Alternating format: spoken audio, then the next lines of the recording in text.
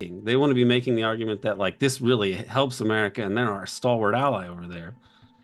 But to me, what is really notable, and that most of the left wing commentators don't comment on, is that even Reagan and Bush pushed back against this greater Israel insanity because they recognized that it wasn't good for the U.S. interest. And these are not humanitarians. These are not people who believe in international lawfulness or anything. They are just rational American imperialists on serving Wall Street.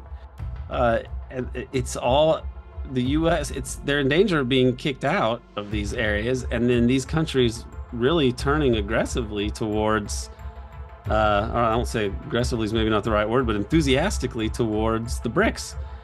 And I think that that's the trend of things, and I don't think that that trend is going to be reversed. I think that the efforts to stop it, and this would also spell the end of, the Greater Israel Project, which I think is probably going to end because part of the reason that I think it's all coming to a head now is because the U.S. is in such a weak position. I was saying before the October 7th thing happened, I was saying on many podcasts, I was saying there's some crazy shit is going to happen between now and the election because the U.S. is in so precarious a position that things are not just going to go along the way that they have with a normal election. Some crazy shit is going to happen.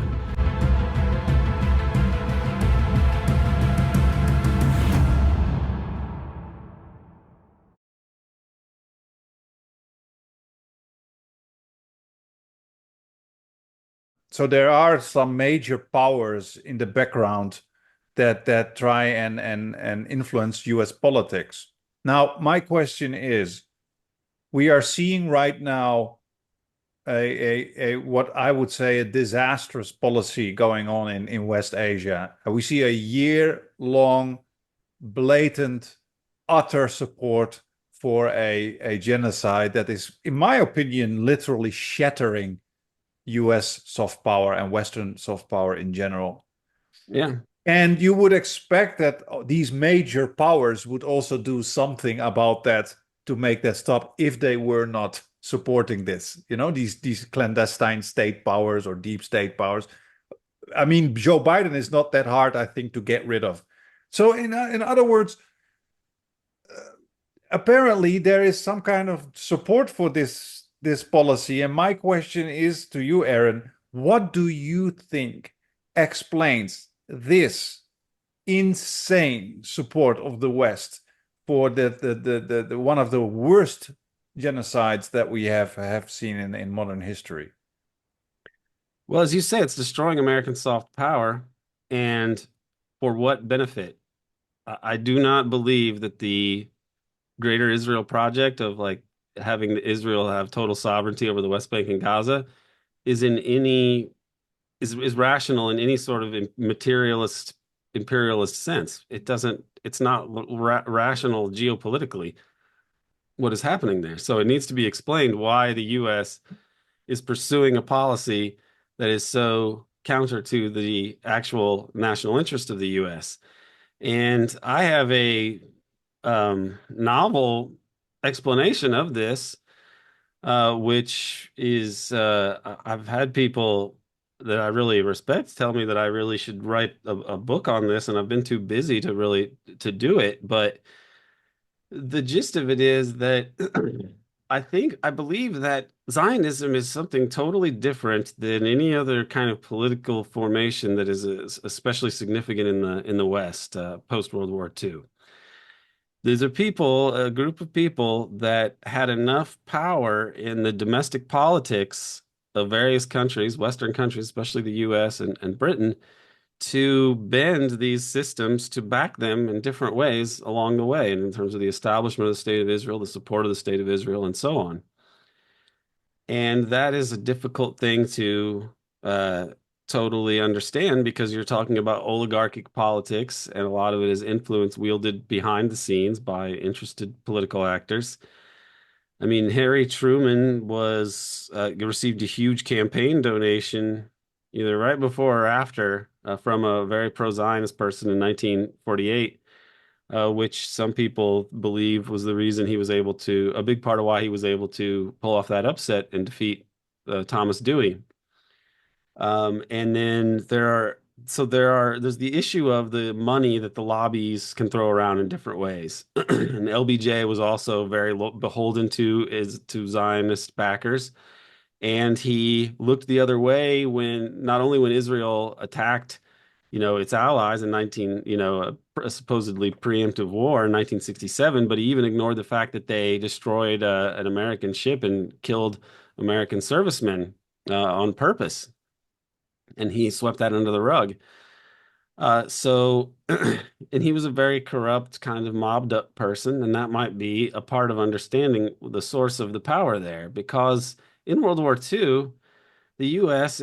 hands over control of the docks and such to major ports to the mafia, that Meyer Lansky.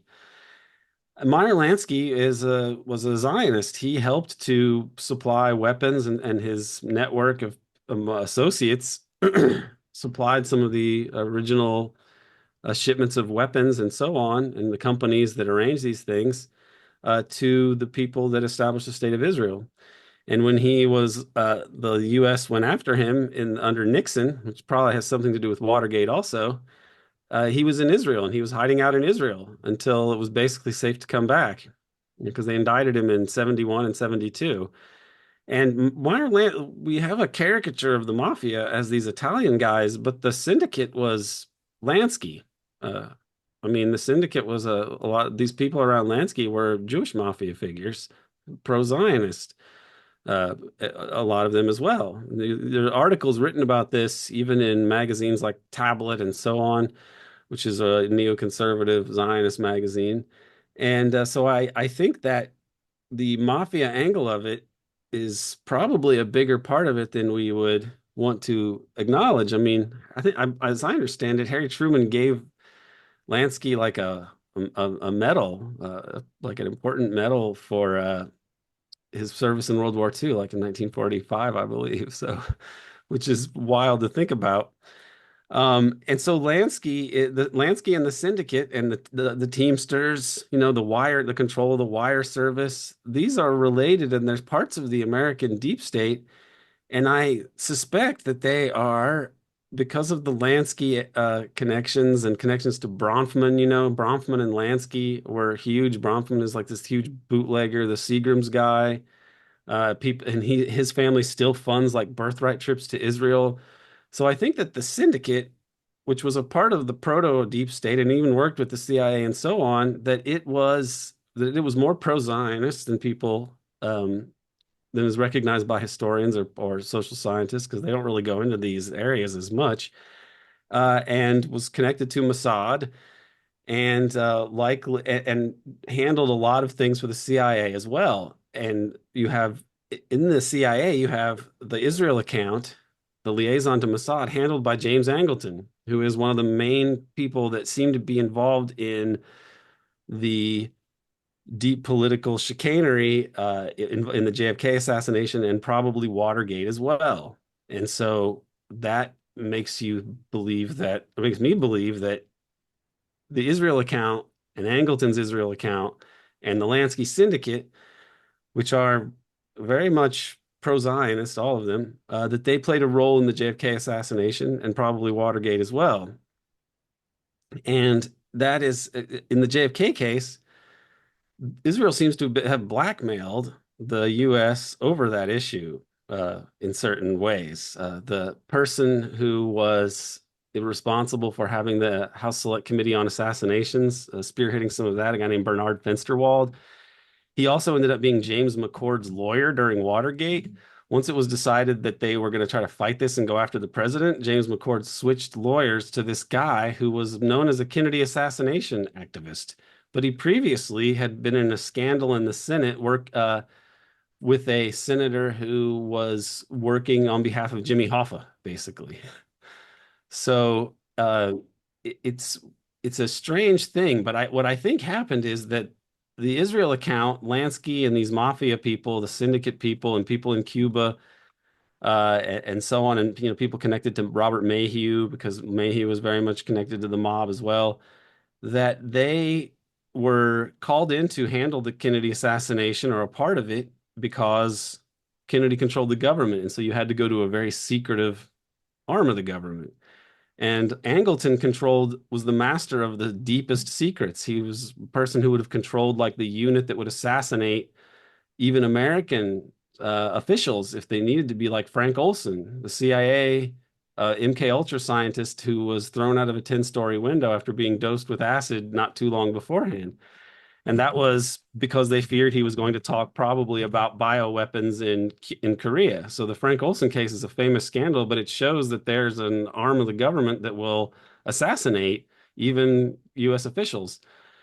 So Angleton was probably involved in the JFK assassination, which meant that the Israel account was involved and utilized to get around the fact that the US government was controlled by Kennedy.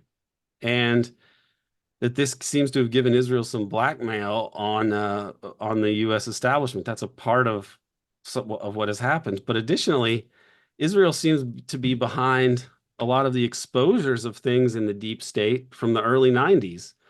Like if you think back on it, there were a lot of scandals. The Iran-Contra thing in Congress.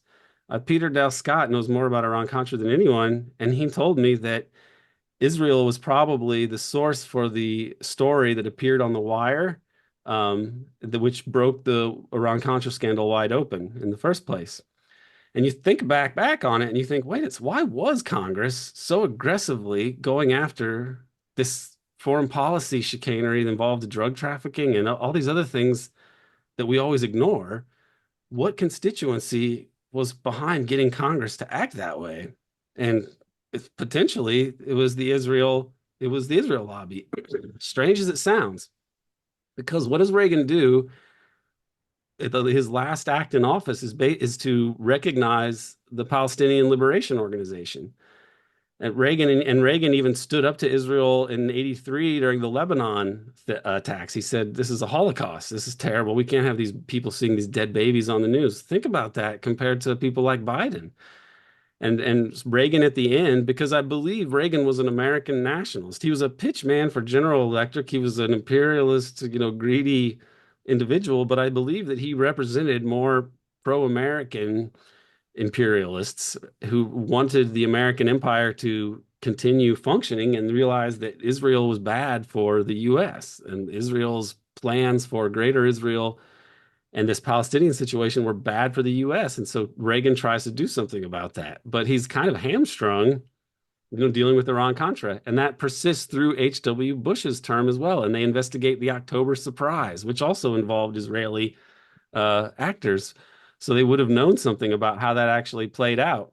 People like Ari Ben-Menashe are involved in the October surprise scandal, and that comes up under Bush's term.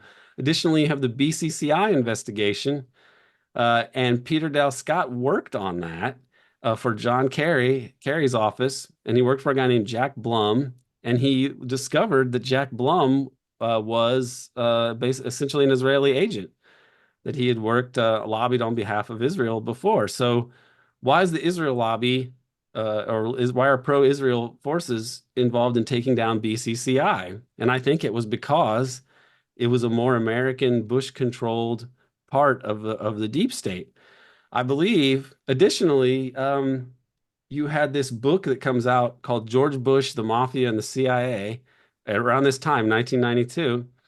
And I was saying online that all these things are happening, and it looks like Bush is really being attacked by kind of pro-Israel forces. But then people jumped in and said, well, that book is a good book.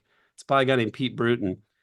And I said, yeah, the book is interesting and it's good and it details a lot of crimes, but it's like, think of how strange that is that comes out in 1992. And somebody said, well, what's your proof or what's your evidence?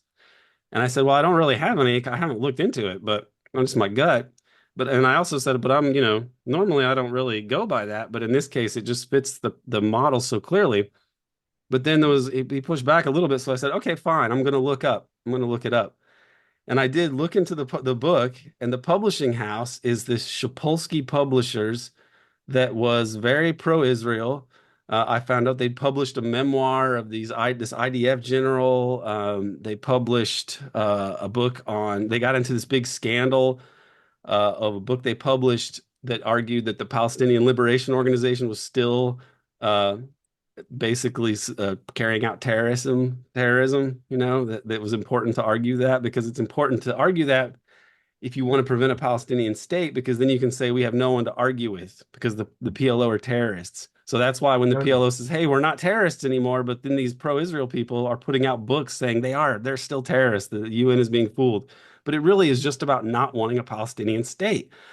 And I also found that the legal counsel for this publishing house was a person who would later go on to work for Richard Pearl as a diplomat, as an intelligence operative, basically internationally. So like basically this guy challenged me to say like this is how do you know that that's related to the Israel lobby? It's you're just saying that. And I was like, well, I am just saying it, but I would guess it's true, but let me go look it up. And that's what I found out within like just a short amount of time was like this was so my point is Israel has part of what I think has happened is that Israel has exposed aspects of the US deep state or threatened to expose them.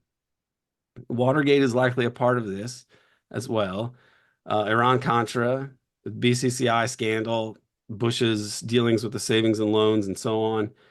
That they would use their power to expose deep political chicanery in the US. And I think that they use that to assert more control and have a bigger role in the actual deep state itself, because these operations have to take place for liberal democracy to be able to run a global empire. But I believe that part of what Israel has done is by blackmail essentially taken over aspects of the U.S. deep state, uh, because or they need Epstein type of escapades of precisely. politicians. Yeah, Epstein. I mean, look at what Epstein did. Look at what happens to Bill Clinton. Sexual blackmail of some kind. It's very strange that Epstein had in his house a painting of Bill Clinton wearing a blue dress, and he was friends with Bill Clinton. Isn't that a strange thing to have in your house? And look at what Bill Clinton does. He signs the Iraq Liberation Act. He pardons Mark Rich. Mark Rich was the main oil supplier for Israel from 1980 to 1994, smuggling basically Iranian oil secretly, and was a huge criminal. And he was very close to Mossad. And his lawyer, Mark Rich's lawyer, uh, was Scooter Libby, the one who was Dick Cheney's chief of staff. And Scooter Libby was a multimillionaire because of this. So and everyone knows Cheney was really calling the shots under W. Bush as far as very important things go. So there's a story about how Israel came to have this power, and I don't believe it's just the Israel lobby and the campaign contributions, although those are huge. And I don't believe that it's just the lobbying money plus the influence of philanthropy, where quote unquote philanthropy, where any university that has a pro-Palestinian professor or student movements could get calls from donors saying, we're not going to give you any more money. So if you don't take X, Y, and Z action, it's not just that. I believe that they are very intertwined in the operations and deep political economy of the U.S. empire, including the drug trade, sexual blackmail, and other kinds of operations, uh, all across the board. I think that they have a strange role in this system that they have basically been able to take over like a hostile takeover in a way because they're so insanely devoted to their mission, and they're basically it's like the Samson option. I think they're sort of saying we're going to blow up your empire and your whole rackets if you don't do let us have what we want. And we have all the dirt on everybody. And the drug trade is huge. Like the drug trade is an enormous amount of money that has likely corrupted all sorts of the uh, top of the politico-economic oligarchy in the United States. It's an enormous amount of money, and it all ends up in the U.S. financial system. So that gives enormous leverage to the people who control the drug traffic. And I think that that may have been taken over more by forces connected to Mossad and so on, maybe even less than the CIA, just because of actions by Israel to blackmail and otherwise cajole. I think that there's been a mob war basically between pro-American intelligence connected entities and Israeli ones. And I think that that is a part of what has happened. And if that's not a perfect explanation because there's no records that you can look at. But I'm looking I'm basic it's basically like trying to find Bigfoot or something by looking at footprints. I don't, it's like we don't know precisely everything that happened, but there's enough here to say this explains some things that otherwise need explaining. And it doesn't mean that Israel is necessarily so uniquely horrific in this because these are all things that the West is complicit in. And so it's not really a matter of one controlling the other. It's a matter of this new fusion of a neocon consensus involving corruptible Americans and then Zionist fanatics as a part of it as well. And I think that that is a part of the story, and it goes beyond just the lobby, and it goes beyond even the philanthropy and so on. It's connected to the political economy of capitalism, which is a very criminogenic political economy. I would say Criminogenic. write that book, man. I It's think pretty it good. would be a bestseller if you focus on this stuff. Yeah, I wish I had the time to, and maybe it'll happen. But it's honestly, it's a little worrisome for me because every more I look into these things, the more they kind of check out, and then it's a very um, incendiary argument to be making. But I think it's part of what happened, and I think now it people would be more willing to believe it because you could what is I mean basically all these things are lesser crimes than the crime of genocide that we see being committed right now. And so if anybody wants to critique me, you could say that I'm accusing genocidaires of crimes that they might not be guilty of. Well, okay, but they're guilty of genocide demonstrably, so who really cares? What else, whatever else you'd accuse them of? The only crime worse than genocide is omnicide. So who can't what I'm accusing them of lesser things. Yeah, it's like Al Capone cheated on his taxes. He Terrible guy. did. Yeah. Yeah. So we were actually just talking with Vijay Prashad and asked him the question that's debated a lot by some IR scholars. Like, you have John Mearsheimer and Stephen Walt saying that it's primarily the influence of the lobby that is basically pushing the U.S. government to take a course of action vis-a-vis Israel that is against U.S. national interests. And then there's a kind of like the VJ said that? Was no, that no, no, no. VJ's We just position? asked him the Okay. question. His answer was, Okay. "I'm not sure." Like all Yeah, of well, these explanations seem to have a bit of truth in them, if I'm not mischaracterizing his answer. But then you have, like the Chomsky argument and the argument of many other people that it is primarily in the interest, the national interest of the U.S. because Israel is the land-based aircraft carrier, as Biden, I think, put it. Another thing, though, like in that Octopus, what is it? Octopus Diaries or whatever the hell that documentary was. They yeah, had this yeah. clip of this Israeli soldier that was actually kind of funny, where he was saying, they sold this compromised software program to all of the Arab countries, and the purpose we thought as IDF intelligence officers was that it would just be used to spy on our neighbors, and then we would be the kind of listening post. So not just a land-based aircraft carrier, but a land-based listening post. But then, of course, the U.S. went on and sold that same software to all of their allies. They could spy on them too. But anyway, those are the two major arguments I've heard to explain. I'm wondering. I think I know what your answer would be, given your answer to the previous question. Um, but I don't know. To me, it seems like these answers needn't be necessarily opposed because you kind of touched on this a little bit in that there are necessarily rivalries and disagreements within an oligarchy. There are always rivalries and disagreements. There are inter-imperial rivalries and then intra. So to me, it seems entirely plausible that you've got people like Biden who are true believers in the kind of the basically the Zionist mythology, but also who believe that the benefits that the U.S. gets from its land-based aircraft carrier or its land-based listening post in West Asia are so much more than any possible detriment. Whereas then you also have people who disagree with that, whose vision of what the national interest is different, and then that's where blackmail and whatnot can come into play to try to get them to play ball. So I guess I would just ask, what's your view on that dispute, that argument over explaining why U.S. policy is the way it is vis-a-vis Israel? Well, I would say that it is not, and people would argue that it's in the national interest. But if you, and even RFK Jr. was making that, he started making that argument after saying many things on behalf of peace. At one point, he starts saying, Israel, if it wasn't for Israel, China and Russia would have all that oil. And he starts making a kind of strange militarist, imperialist argument. And I would thought, like, why the hell would he? Well, this occurred to me oftentimes. Why would he say that when, it's counter to his other stated policies? But I believe that the alternative to saying that it's in the U.S. interest is saying that it's not in the U.S. national interest, but it's somehow moral.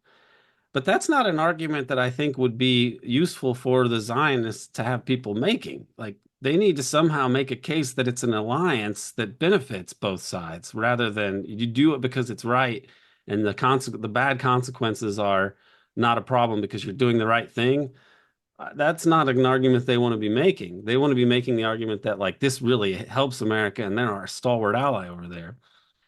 But to me, what is really notable, and that most of the left wing commentators don't comment on, is that even Reagan and Bush pushed back against this greater Israel insanity because they recognized that it wasn't good for the U.S. interest. And these are not humanitarians. These are not people who believe in international lawfulness or anything. They are just rational American imperialists on serving Wall Street. And they both push back against this. George H.W. Bush especially did, and he feuded with Cheney about this. And George H.W. Bush didn't actually want Cheney to be his Secretary of Defense. He initially nominated John Tower. John Tower was a Republican senator, a conservative guy, but he had also been back in the 70s. He has this great he served on the church committee and he's grilling James Angleton, this testimony that was just declassified like a couple years ago. I'm one of the only people that's like looked at it and written anything about it or said anything about it. And John Tower is grilling Angleton in ways that are kind of like along the lines of things I think about. Like, he's asking about why James McCord was such a bungler during the Watergate burglary. He was asking about the Israeli account and the significance of it and who knew about it and whether and he even gets out of Angleton that John McCone didn't know about it. The director of the CIA wasn't aware of aspects of Angleton's Israeli account.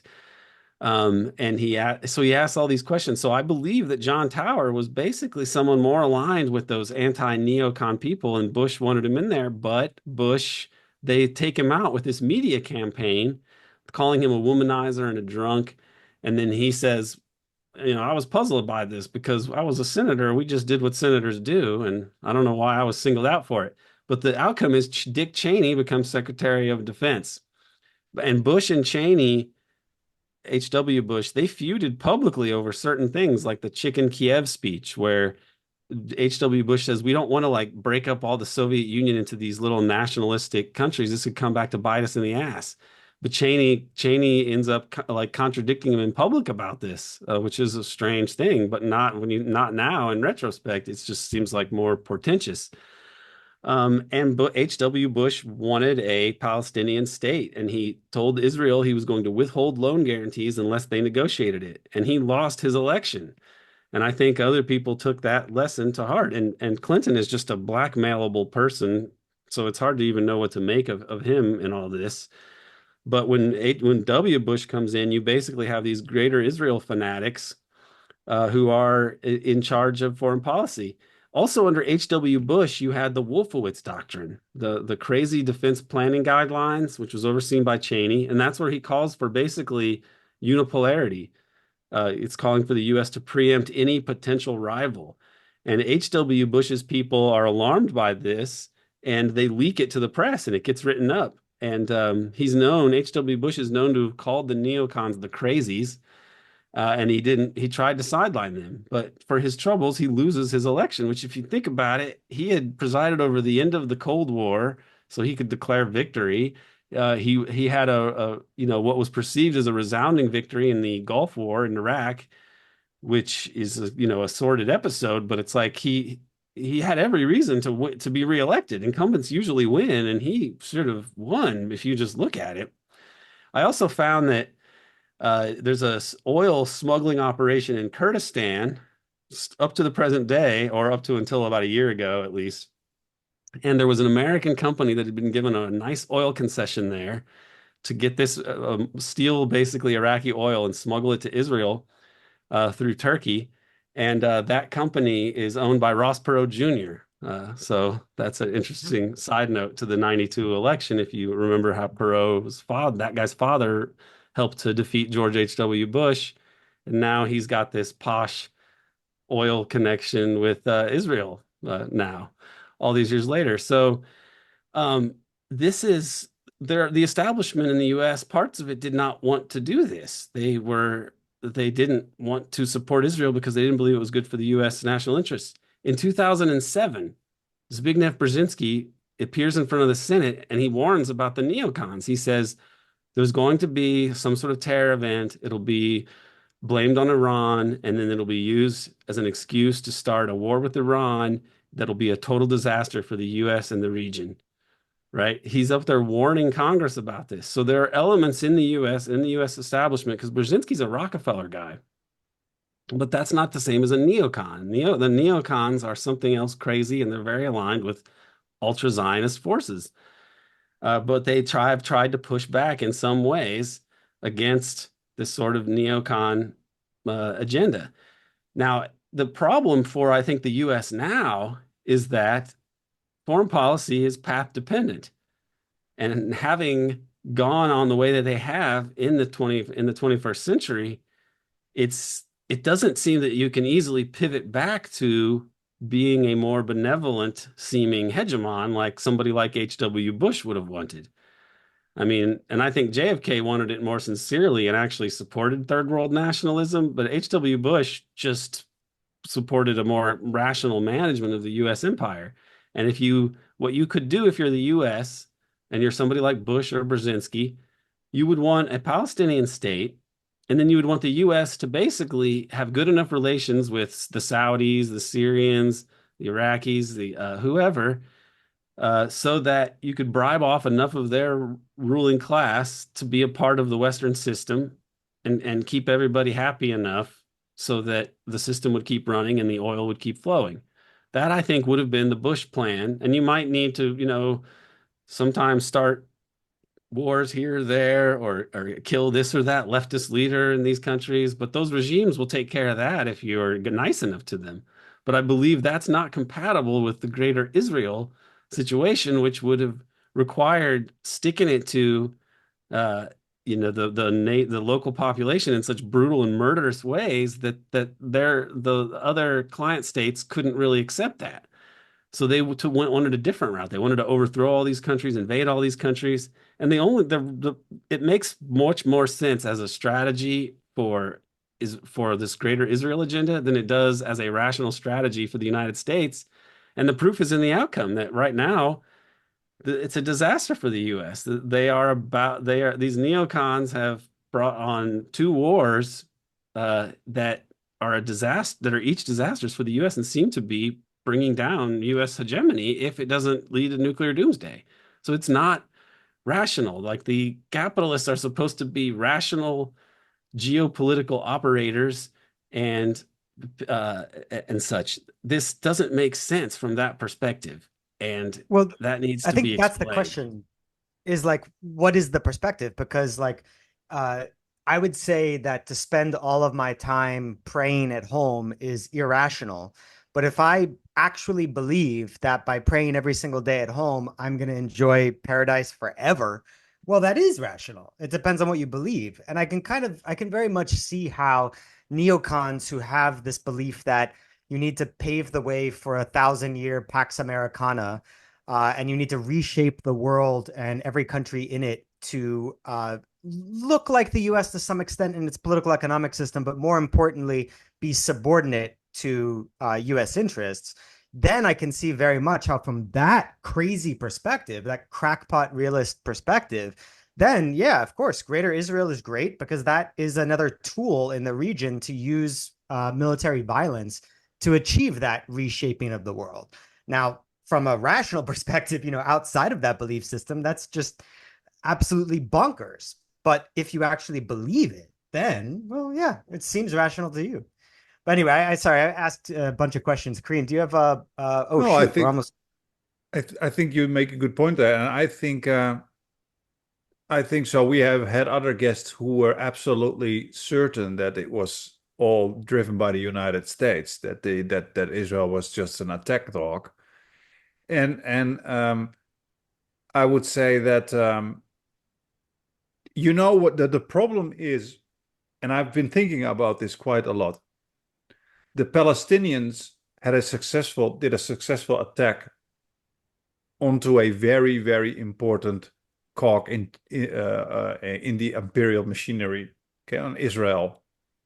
And I think if you let them get away with this as an empire, as a hegemon, this can have a tremendously dangerous domino effect. Because if the Hamas can get away with that, a weak, poor group,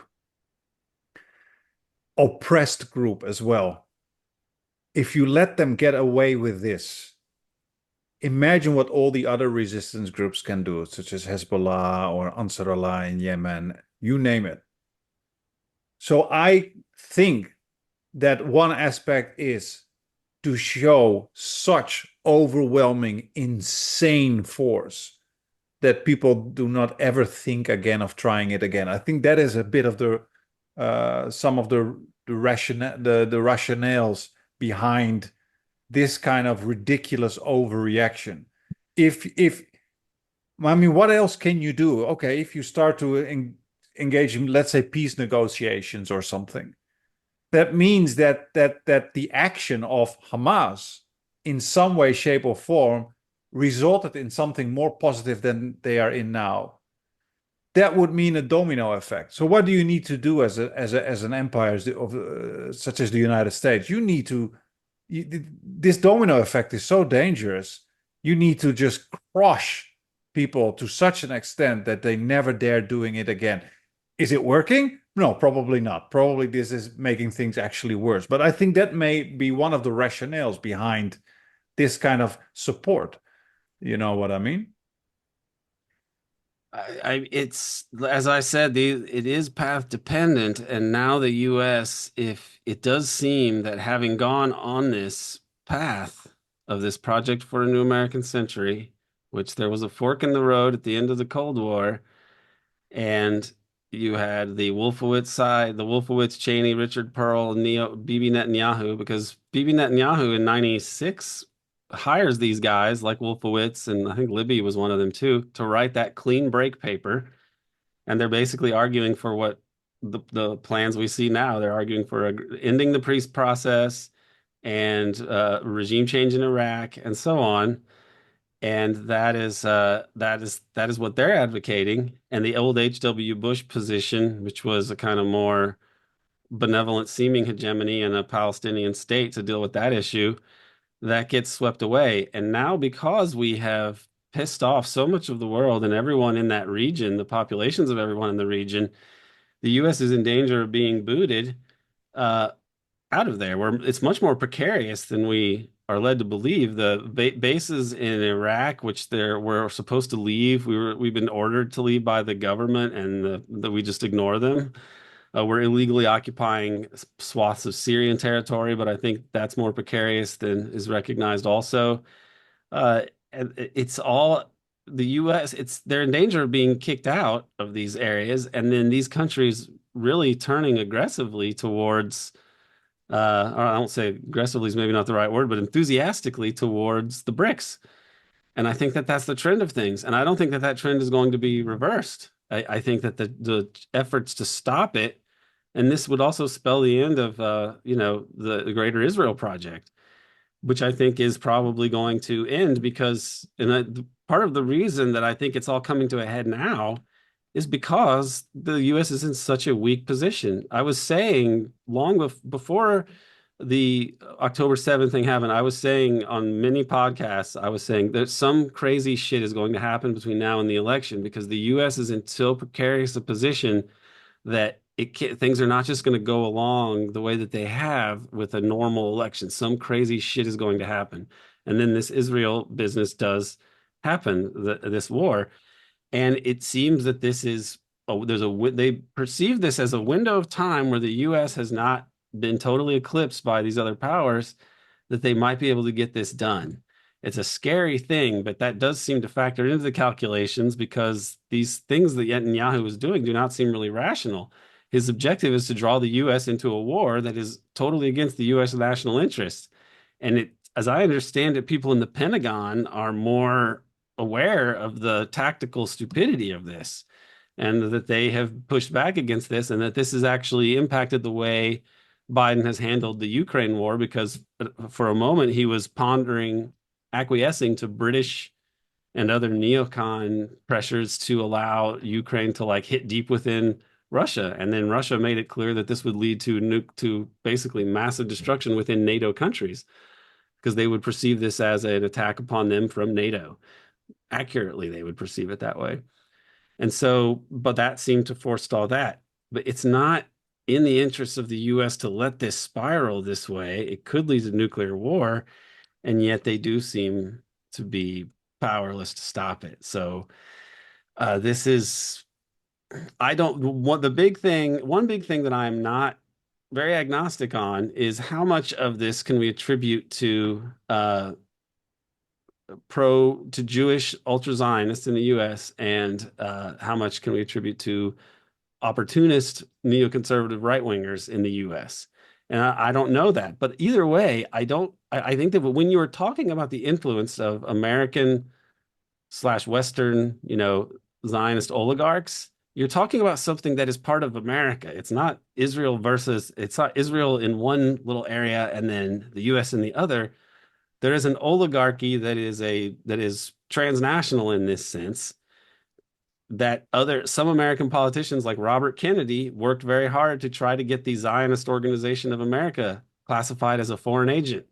Okay, JFK tried to stop Israel from getting the nukes and tried to resolve the Palestinian issue, and had nothing but pushback from Ben Gurion and so on. So there have been these people who've tried to push back the other way, but now we're in a position where I don't see how the U.S. can restore what was lost. And it's a desperate sort of last ditch effort, I think, to try to get a situation for Israel and somehow keep the project for a new American century rolling on. But I think it's doomed. And so now I think a lot of Americans are, if they're paying attention, are like, how the hell did we get to this point? And if you're conscious, you're thinking, I just hope that the world doesn't get blown up, because that's the one thing you can't really fix. Is nuclear doomsday is not. We can negotiate and come up with other solutions to solve problems as long as we don't blow up the world. But the first thing that needs to happen for the world to move to a better place is that the Western Empire, the US empire, and Zionism is intertwined with that, needs to recede from being in the top position on the global international system. It's so clear to me that we are basically the bad guys, and we have to be stopped. And Yeah, well, also that's the something. we No, go ahead. I was just going to say that's something we can all agree on, as well as we can all agree on Trump and/or Harris will solve all of these problems once we get them elected. One of the two. well, that was I was just going to jump in there. Also the very weird and almost the creepy pledges of allegiance to Israel by both presidential candidates. I mean, you see Donald Trump with how do you call that? In Dutch we say keppel, the thing that you put. Yarmulke. Okay, yarmulke, and then constantly saying that oh, we stand behind Israel, and it's all so yeah, it's bizarre. As a foreigner, it's just bizarre to see like what's going on here. You know what I mean? And that gets us into that question: is the dog wagging its tail, or is the tail wagging the dog? You know, we still don't have an answer. And I think you, Aaron, say, well, the tail is also for a great deal wagging the dog, most likely. I mean, it's not as clear cut as that, as I say, because it's really a story of number one, the parts that are not visible are the intelligence angles and the political economy of clandestine activity, including drug traffic, which is a big economic activity that nobody wants to acknowledge. So there's just aspects of it that are not easy to understand. And there's the preferences and motivations of people like Dick Cheney. Is Dick Cheney just an American militarist opportunist? Does he really believe in some right-wing Christian dispensationalist shit? That's kind of unknowable in some ways. Likewise, people like Netanyahu and a lot of the other Zionists, we know them to be atheists, but they operate as as fascists who have this insane metaphysics. So there's a lot that we don't know, but I do think it's really a story of oligarchy in the US, and those are really where the domestic determinants of foreign policy are. And additionally, to add to that, the power of the neocons and the Zionists is in part a function of the corrupting ability of the political economy of the drug traffic and other clandestine chicanery, which is huge and is totally denied by mainstream social scientists and historians and journalists. And so it falls to people way out of the mainstream, like me, to try to suss this out. And I'm glad that you guys are interested in these issues because it should be pretty clear that this is a very criminal regime and that, as I said, if they're capable of genocide in broad daylight, we should stop thinking like, oh, they wouldn't sell drugs and make money off of it. I mean, come on, Yeah, we need to grow exactly. up. Exactly. Exactly. I like Yeah. I like criminogenic. That's a good term to use. I think the Israeli government, like the US government, is run by a mix of religious fanatics and crackpot realists. And it doesn't really matter what their personal beliefs are because their actions and their policies end up being the same, just for different reasons. Like Netanyahu was on an interview show, and the interviewer asked him like, aren't you concerned that your biggest ally in the US is a bunch of like evangelical Christians who think that Jesus is going to come back and kill all Jewish people and then take like his little Christian sect people up to heaven? Like, doesn't that give you pause? And he had actually a good answer. He was like, "We'll cross that bridge when we come to it."